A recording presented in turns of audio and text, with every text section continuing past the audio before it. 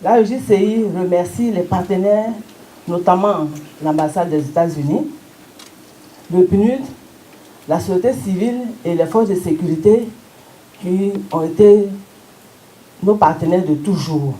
Il n'y a pas de raison que les femmes soient toujours victimes de violences sexuelles parce que tout compte fait, les relations entre les hommes doivent être les relations voulues et désirées.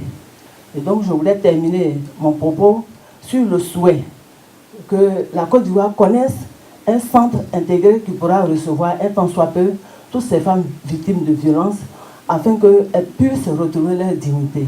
Je souhaite réitérer la pertinence de ce partenariat, l'efficacité des actions qui ont été mises en œuvre au cours de ces dernières années, et puis saluer le travail qui se prépare pour consolider l'action de l'Association des femmes juristes, dont on a évalué avec satisfaction le concours et les résultats que vous avez apportés, ainsi qu'un certain nombre d'organisations communautaires.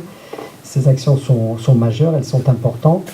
On va vous accompagner grâce au soutien américain, mais aussi par d'autres concours que nous espérons poursuivre. L'action des cliniques juridiques pour la sensibilisation, la formation. Je voudrais saisir l'occasion pour faire le lien entre cette initiative et ce que nous envisageons de faire pour promouvoir le droit et promouvoir la preuve.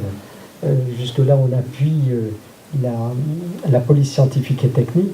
On souhaite faire en sorte que la police scientifique et technique puisse aboutir demain à un laboratoire de biologie moléculaire pour que la preuve soit aujourd'hui une action au-delà de ce qui a été fait jusqu'à présent. Donc il y a tout ce cheminement programmatique qui est en cours, les partenaires y seront associés.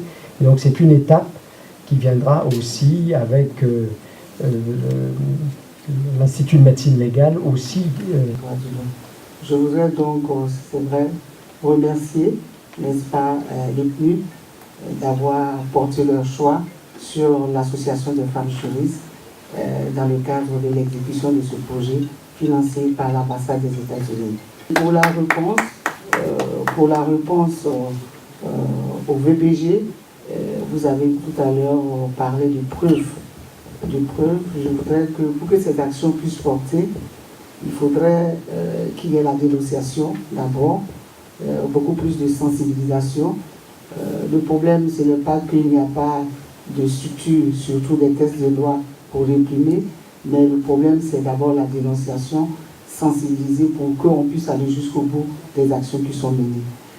La deuxième réponse, c'est trouver des centres de transit, comme l'a déjà souligné la vice-présidente, trouver des centres de transit, parce que nous avons beaucoup de plaintes de femmes qui sont battues, mais nous n'avons pas de structure d'accueil pour les accueillir et pour pouvoir trouver donc une solution à nos problèmes.